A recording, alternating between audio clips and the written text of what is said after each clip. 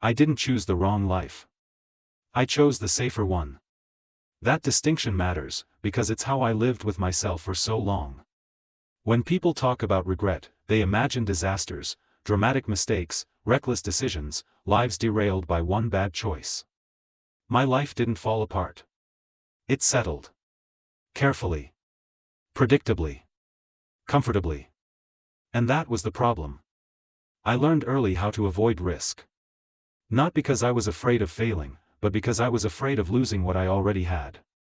Stability felt fragile to me, like something that could be taken away if I asked for too much. So I learned how not to ask. I became reasonable. Reasonable choices. Reasonable expectations. Reasonable dreams. The kind that don't demand courage, only patience. From the outside, my life made sense. I followed paths that were approved, logical, defensible. Every step could be explained without embarrassment. I never had to justify myself. People nodded when I spoke about my plans. They said things like, "That's smart," and "You're thinking ahead," and "You're doing it right." I believed them. What I didn't notice was how quiet I was becoming inside. Each time I faced a fork in the road, I chose the option that promised less disruption. Less uncertainty. Less explanation. I told myself I could always take risks later, when I was more established, more confident, more prepared. Later became my companion. Later, I would change direction. Later, I would pursue what I actually wanted. Later, when it felt safer. The safer life never demands urgency. That's how it wins. Years passed without resistance. I adapted easily. Too easily. I learned how to meet expectations without questioning them. How to shape myself into someone dependable, flexible, unproblematic. I told myself that was maturity. But something strange happens when you consistently choose safety over truth. Your instincts dull. Desire becomes quieter. Curiosity feels inconvenient. You stop feeling pulled toward anything and start feeling managed by everything. I didn't notice when that shift happened. There was no moment of loss, no clear before and after. Just a gradual sense of distance from myself, like listening to my own life through a wall. I stopped feeling excited about the future. Not anxious, just neutral. Plans felt like extensions of what already existed, not openings into something new. I became very good at living without anticipation. People thought I was calm. I was numb. There were moments when awareness flickered. Brief, uncomfortable moments. Watching someone else take a risk and feeling a sharp, irrational sadness. Remembering an old ambition and feeling embarrassed by how much it once mattered to me. I dismissed those moments quickly. Nostalgia, I told myself. Immaturity. Everyone grows out of things. But deep down, I knew I wasn't growing out of anything. I was shrinking around it. The safer life rewards consistency. It trains you to value what you can protect over what you can become. It makes you proud of endurance and suspicious of desire. I stayed in situations that didn't feel right because they weren't wrong enough to leave. I followed trajectories that didn't inspire me because they didn't scare me either. I told myself contentment was quieter than passion, and that quiet was preferable. I confused silence with peace. The first time I felt real fear wasn't about losing what I had, it was about realizing how little I wanted it. I remember standing still one evening, surrounded by the evidence of a life I had built carefully, and feeling nothing. Not dissatisfaction. Not anger. Nothing. That emptiness frightened me more than chaos ever could. I asked myself a question I had avoided for years: if this continues exactly as it is, will I be okay with it? I wanted the answer to be yes. It wasn't. That realization didn't push me into action. It pushed me into denial. I told myself everyone feels this way sometimes. That restlessness is normal. That wanting more doesn't mean you should act on it. I doubled down on safety. I refined my routines. Optimized my days. Made my life smoother, quieter, more efficient. I eliminated friction wherever I could, including emotional friction. The more stable things became, the less alive I felt. I began to notice how often I spoke about my life in past tense. How rarely I talked about the future with enthusiasm. How often I justified my choices instead of celebrating them. The safer life had become something I was maintaining, not inhabiting. And the most dangerous part? It didn't hurt enough to force change. Pain is honest. Comfort is persuasive. I stayed because nothing collapsed. Because nothing demanded courage. Because nothing forced me to choose differently. Until one day, something subtle but irreversible happened. I realized I no longer trusted myself to know what I wanted. When you choose safety long enough, your inner compass weakens. You stop recognizing desire as information and start treating it as noise. You become excellent at explaining why you shouldn't listen to yourself. That realization hit me harder than regret ever had. Because it meant I hadn't just avoided risk. I had avoided myself. And once that truth settled in, the safe life I had protected so carefully began to feel like a quiet cage, not because it was cruel, but because it was comfortable enough to keep me inside indefinitely. I didn't know yet how to leave it. I only knew that staying would cost me something I couldn't replace. And for the first time, safety didn't feel safe at all.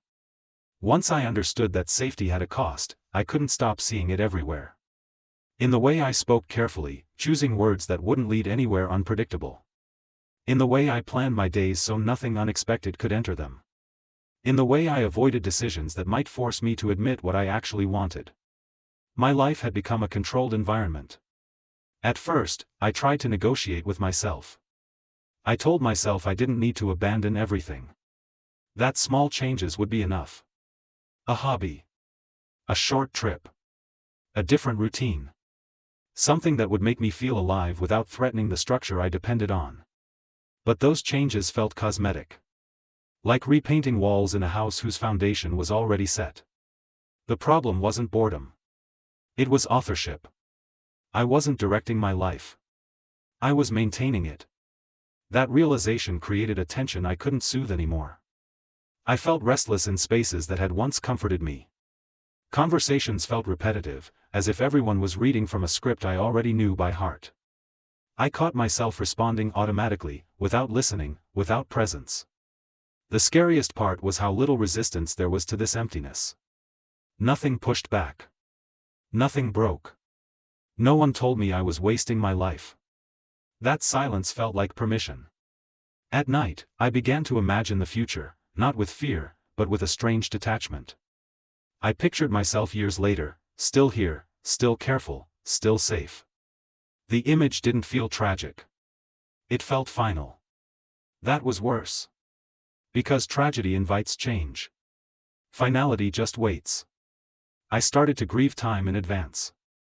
Not time I had lost, but time I knew I would lose if I stayed on this path. I felt a quiet mourning for a life that was slipping away politely, without asking anything of me. I asked myself why leaving felt so difficult if staying felt so empty. The answer wasn't complicated. Leaving meant risk. Risk meant exposure. Exposure meant finding out whether I was actually capable of more, or whether I had waited so long that I no longer knew how. That uncertainty terrified me. I realized then that safety had trained me to fear myself. To distrust my impulses. To treat desire as a threat to stability rather than a signal worth listening to. I had learned to be grateful instead of honest. That gratitude became another kind of cage. I told myself I had no right to complain. That many people would be happy with what I had. That wanting more was indulgent. But gratitude without choice is obligation. The first real internal break happened quietly, during an ordinary day. I was doing something I had done hundreds of times before when a thought surfaced, uninvited and sharp: I don't want this anymore. The thought startled me. Not because it was dramatic, but because it was clear. There was no panic attached to it. No urgency. Just certainty. I tried to argue with it. You're being unrealistic. You're tired. You're overthinking. This is just a phase. None of those excuses landed. I realized I had spent years waiting for dissatisfaction to justify itself loudly enough to earn my attention. But dissatisfaction doesn't need permission. It only needs honesty. That honesty hurt. Because it forced me to acknowledge that no one had trapped me here. I had chosen safety again and again because it asked less of me emotionally. Because it let me avoid difficult conversations, difficult decisions, difficult versions of myself. I began to see my caution not as wisdom, but as fear with good manners. That reframing changed everything. Fear doesn't disappear when you name it, but it loses its authority. I stopped asking whether I was being irresponsible and started asking a different question: what am I actually protecting? The answer was uncomfortable. I wasn't protecting a meaningful life. I was protecting predictability. I was protecting approval. I was protecting the image of someone who never disrupted anything. And in doing so, I was sacrificing my participation in my own life. That realization didn't push me into action immediately. It created paralysis first. When you realize your life is safe but wrong, every option feels dangerous. Staying felt like surrender. Leaving felt like demolition. I hovered in that space for a long time, unable to move in either direction. I was afraid of losing what I had, and equally afraid of discovering that what I had was all I would ever choose if I stayed afraid. The mental pressure built slowly. Sleep became shallow. My thoughts looped endlessly. I felt like I was standing on the edge of a decision I didn't know how to make. That's when the idea of escape appeared. Not transformation. Not reinvention. Escape. A clean break. A disappearance. A way to reset without explaining myself to anyone, including myself. The fantasy wasn't about becoming someone new. It was about not being this version anymore. The thought scared me because it felt relieving. I recognized it immediately as another form of safety. Running instead of choosing. Avoiding responsibility by changing location instead of direction. I didn't want to escape. I wanted to decide. And deciding meant accepting that some of what I had built would not come with me. That safety would be replaced by uncertainty. That comfort would be exchanged for presence. I realized then that the safe life hadn't been neutral. It had been expensive. It had cost me urgency. It had cost me confidence. It had cost me the ability to trust my own wanting. And the longer I stayed, the more it would take. That understanding didn't bring peace. It brought clarity. I knew that whatever came next would feel late. Awkward. Imperfect. I knew I would grieve the time I had spent choosing safety over truth. But I also knew something else, with a certainty that surprised me: if I stayed, the regret would grow quietly and endlessly. If I moved, the fear would be loud, but temporary. For the first time, fear felt like the cheaper option. And once I saw that, the safe life I had clung to for so long no longer felt like protection. It felt like postponement. I didn't leave in a dramatic way. There was no announcement. No symbolic moment where everything clicked into place and courage replaced fear. What happened was quieter, and more honest. I stopped pretending that safety was neutral. Once I admitted that, the decision wasn't sudden. It was inevitable. I began to notice how often I delayed action by waiting for confidence. How I told myself I needed clarity before moving, as if clarity were something that arrived on its own. I had spent years believing that certainty precedes choice. The truth is the opposite. Choice creates certainty. That realization didn't make me brave. It made me tired of lying to myself. I took my first step without telling anyone. Not because I was ashamed, but because I needed to hear my own voice without interference. I made a decision that couldn't be explained neatly, that didn't sound responsible or impressive, that didn't come with approval built in. It felt wrong at first. My body reacted as if I were making a mistake. My chest tightened. My thoughts raced. Every instinct trained by years of safety screamed that I was about to ruin something valuable. And that's when I understood how deeply the safe life had conditioned me. Fear wasn't warning me of danger. It was mourning predictability. I didn't replace my life overnight. I dismantled it slowly, intentionally. I stopped maintaining things that only existed because I kept propping them up. I withdrew energy from commitments that no longer aligned with who I was becoming. I allowed uncertainty to exist without immediately trying to eliminate it. That was the hardest part, not knowing. Late beginnings are lonely. There's no audience, no applause, no reassurance that you're doing the right thing. Most people begin early, when mistakes are expected and time feels forgiving. Beginning late means carrying regret alongside hope. I carried both. There were days I wanted to run back. Not because the old life was fulfilling, but because it was familiar. Familiarity is seductive when you're exhausted. It promises relief without asking questions. But I knew what that relief cost. I had already paid it once. I started listening to my discomfort instead of silencing it. Not every discomfort, just the honest kind. The kind that signals growth rather than avoidance. I learned the difference slowly, clumsily, through mistakes I couldn't rationalize away. Those mistakes hurt. But they were mine. For the first time in a long while, I felt present inside my own decisions. Even when they didn't work out. Even when they scared me. Even when I wished I had started sooner. Time began to feel real again. Heavy. Finite. Alive.